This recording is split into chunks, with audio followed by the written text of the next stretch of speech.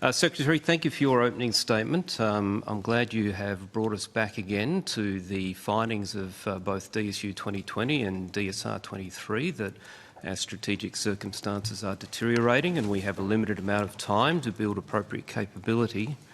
Can I take you to page 80 of your annual report, recently tabled, where you highlight that investment in space capabilities to enhance intelligence, surveillance, reconnaissance, provide resilient communications amongst the highest or are the highest space domain priorities in the National Defence Strategy. And if that is reinforced by the Director-General of Space Capability and the Acting Chief of Joint Capabilities in the talking points that were prepared for estimates in June just this year. So with that background, can you explain to the committee who made the decision to cease the work with Lockheed Martin on 9102? Thank you, Senator. You're right. I mean, investment in space capabilities that provide resilient communications is considered Defence's highest space domain priority in the strategy. The recent decision announced to curtail the tender process was a decision that was taken by the Minister for Defence, the Deputy Prime Minister. He obviously consulted with other ministers as appropriate, but it was within the Deputy Prime Minister's authority to take that decision, as it was past Gate 1, but not the process had not proceeded to Gate 2.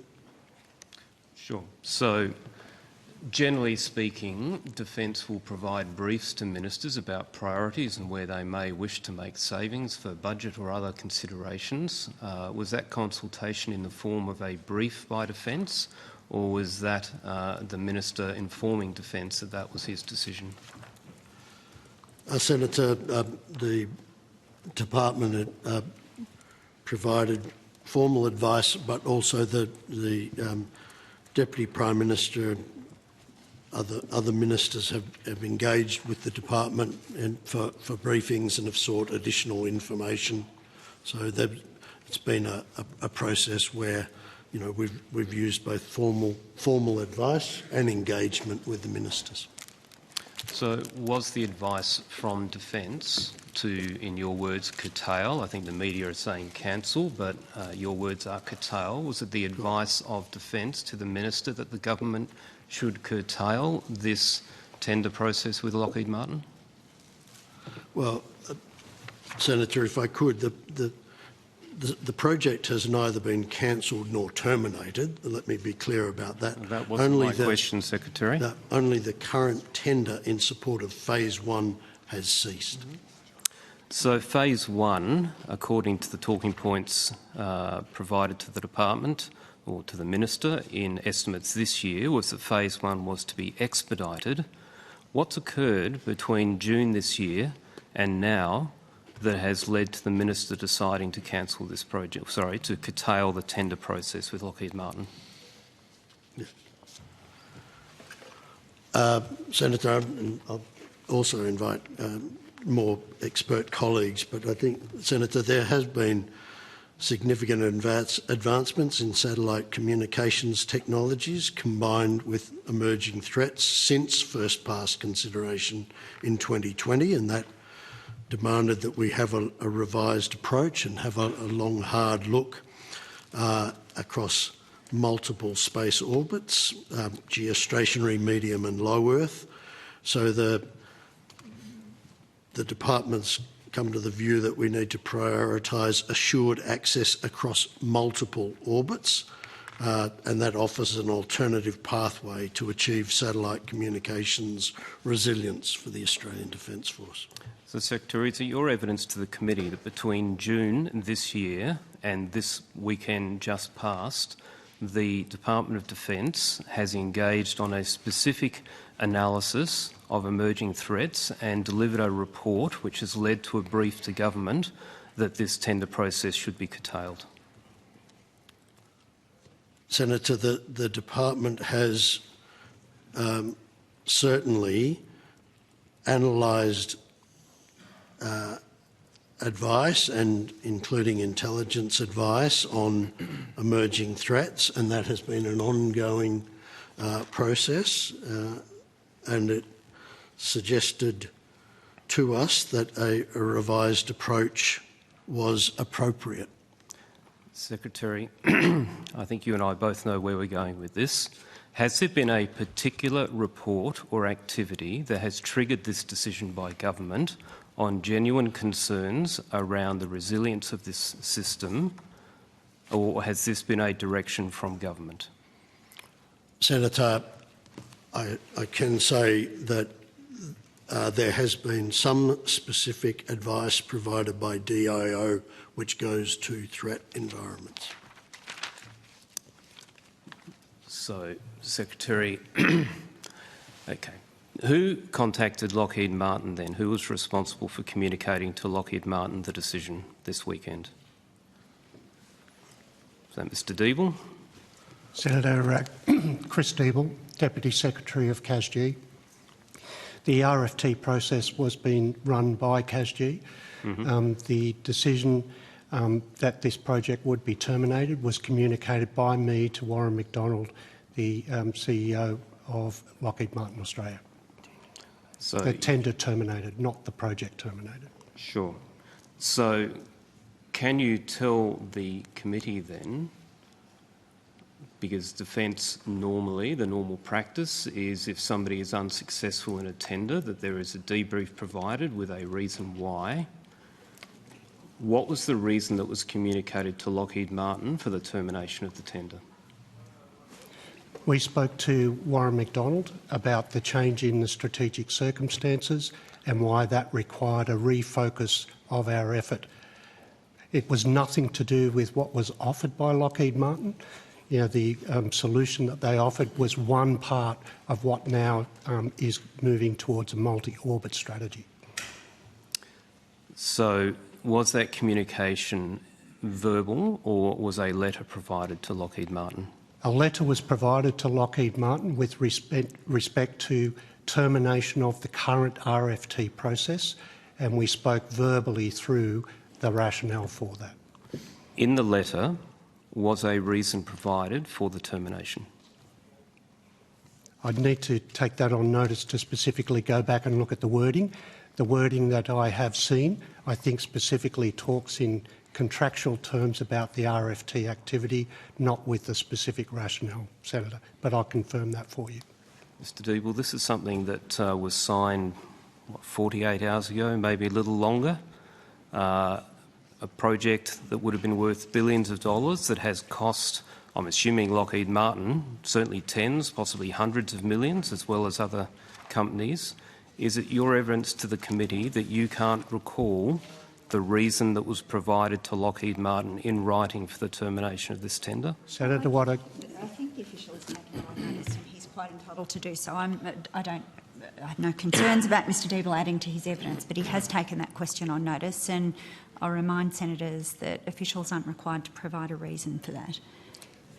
So, Senator, I can confirm that the letter talked about the termination of the current RFT process. I will go back and have a look more closely at that. I don't believe that it went into the deeper rationale for that. I have spoken to Warren McDonald personally and gave him the update for the rationale provided by the Secretary as to why we were changing our approach. Did the letter go to issues around budget? No, Senator. Okay. The DPM's media release, which was issued after the broader media became aware and stories were breaking, has talked about the need for multi-orbit capability for resilience. But as I look at a article that quotes, in fact, Air Vice Marshal Schul, and commiserations for all the work you've put into this to see it just suddenly stopped.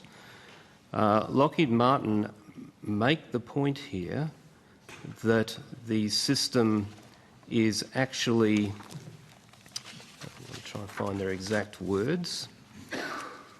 Lockheed Martin say that they have combined their understanding of the threat environment through their work overseas to inform the offer for the current design of JP9102 rather than a legacy designed specifically to address the current and emerging threats. So given that, has something occurred in the last 3 months since Defence was seeking to expedite this that has caused this change of approach? Senator, Lieutenant General Susan Coyle, Chief of Joint Capabilities. What has changed since the Defence Strategic Review and the National Defence Strategy has emerged is that we have an awareness that we require greater resilience. This project initially, this was phase 1 with the GEO level. We determined that that wouldn't be adequate and that we needed to have a multi-orbital approach sooner. So in addition to the current GEO approach that we were undertaking through tender with Lockheed, it was a decision made by us that we should provide advice to suggest that with the growing threat and evolving technology, that we would propose to go to a rapid multi-orbital solution quicker. So my understanding was that the whole basis of 9102 was that it would proceed to a multi-orbital capability, and that the US Congress has in fact just approved funding for 2 further geostationary satellites as part of the WGS system, because they are an essential part of this. So if we have cancelled this or curtailed this program, given the Secretary's opening remarks about the time frame in which we need to put capability in place to achieve all the things that Air Vice Marshal Schul very kindly outlined in this article, the 89 capabilities which depend on satellite communications, and all of the evidence that has been provided to this committee previously as to why this should be a priority project for governments of either persuasion to fund. What, by curtailing this program, given that you're going to need those geostationary assets as part of a multi-orbit solution, in what way is curtailing this going to expedite a resilient capability in the time frame that DSR 23 says we need to provide all of our capability managers and their subordinate capabilities the kind of communications they need to fight a modern digital war? How is this going to expedite it? Yes, Senator. So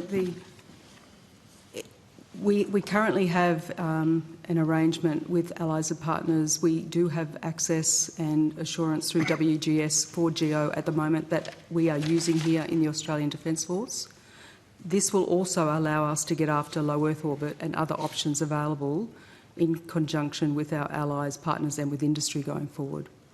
So evidence to the committee previously, the Optus C1 satellite and the IS-22 and our purchase of WG6, which gave us access to the network, that all of that is facing obsolescence issues. It's getting old, which is the whole reason we were investing in 9102. So what you're saying is that now we are going to go back to relying on something that you told us not that long ago was not going to be fit for purpose into the near future, which is why we needed to make this investment.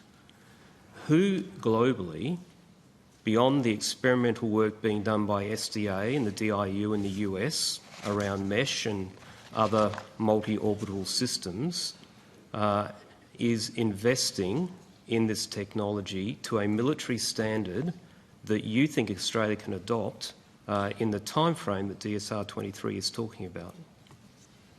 Because the US is not. There's no program of record there. Who is Australia looking to?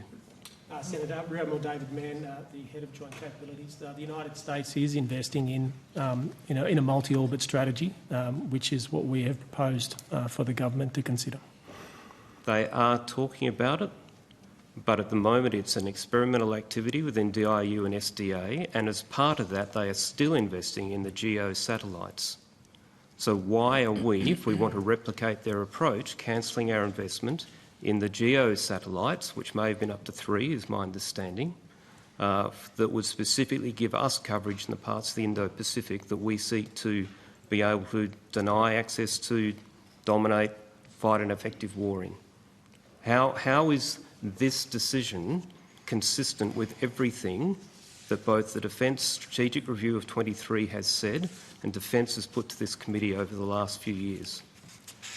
Senator, the option that we're proposing still provides assurance to our satellite communications capability, and so pursuing an option in multi-orbit reduces the single platform liability that we were proposing under the alternate system.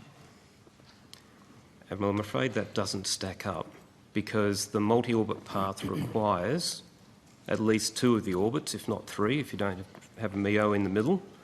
By all means, yes, you can look at commercial options like Starlink, etc., but even the US recognise, with what they're doing through SDA and the DIU, that you need all 3. So we still come back to the fact that we have just put on hold a timely acquisition of something that you have told this committee is essential for Australia to have an effective and resilient combat capability in our region, and there is no replacement available in the time frame.